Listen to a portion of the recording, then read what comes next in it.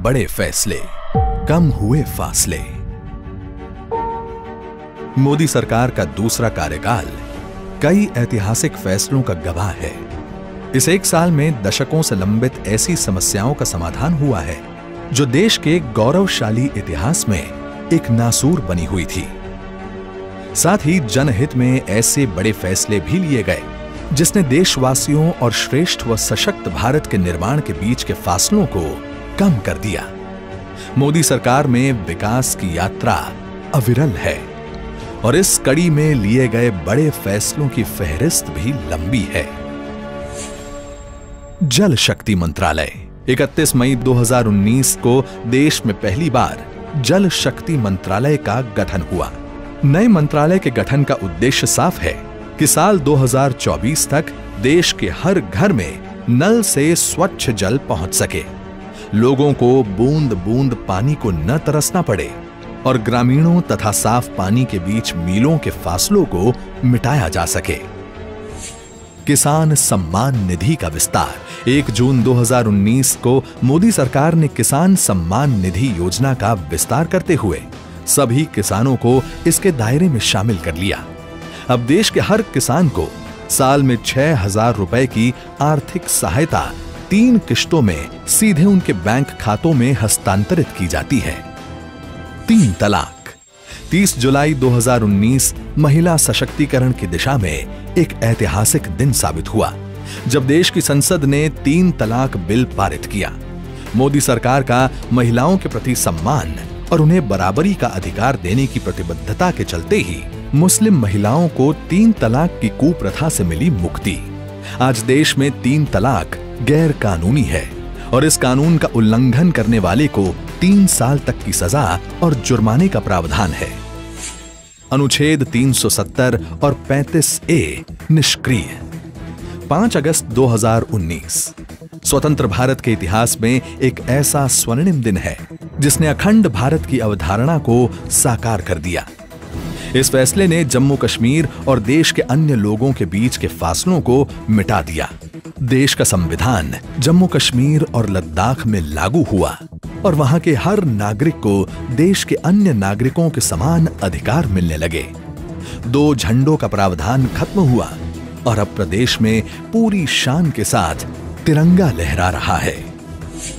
किसानों व छोटे व्यापारियों को पेंशन।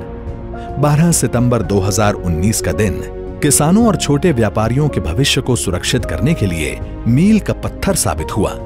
प्रधानमंत्री श्री नरेंद्र मोदी ने लघु और सीमांत किसानों के लिए और छोटे व्यापारियों के लिए पेंशन योजनाओं की शुरुआत की, जिसके तहत इन्हें मामूली अंशदान करने पर 60 साल की आयु के बाद 3,000 रुपए की पेंशन सुनिश्चित हो सकी। मोदी सरकार के इस निर्णय के बाद किसान और छोटे व्यापारी अब वृद्धावस्था में भी आत्मनिर्भर रह सकेंगे। अनधिकृत कॉलोनियां हुई पक्की।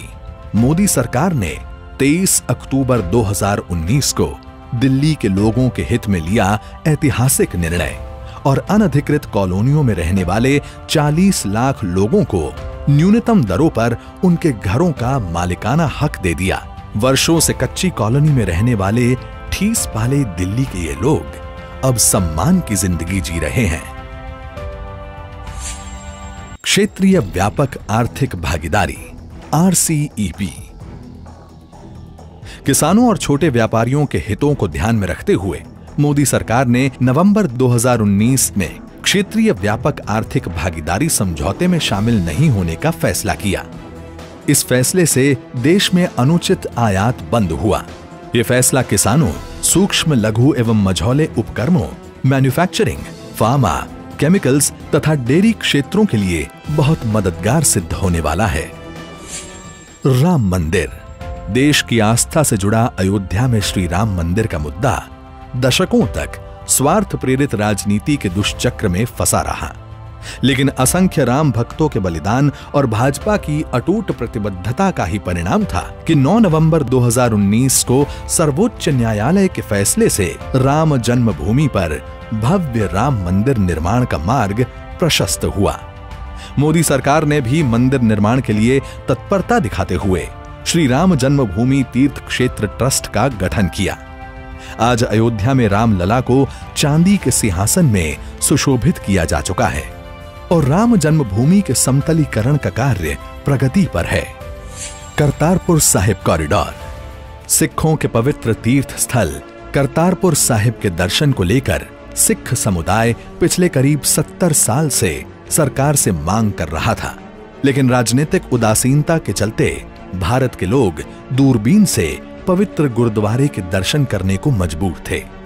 9 नवंबर 2019 सिख समुदाय की आस्था को सम्मान देते हुए प्रधानमंत्री श्री नरेंद्र मोदी ने ऐतिहासिक करतारपुर साहिब कॉरिडोर का उद्घाटन किया।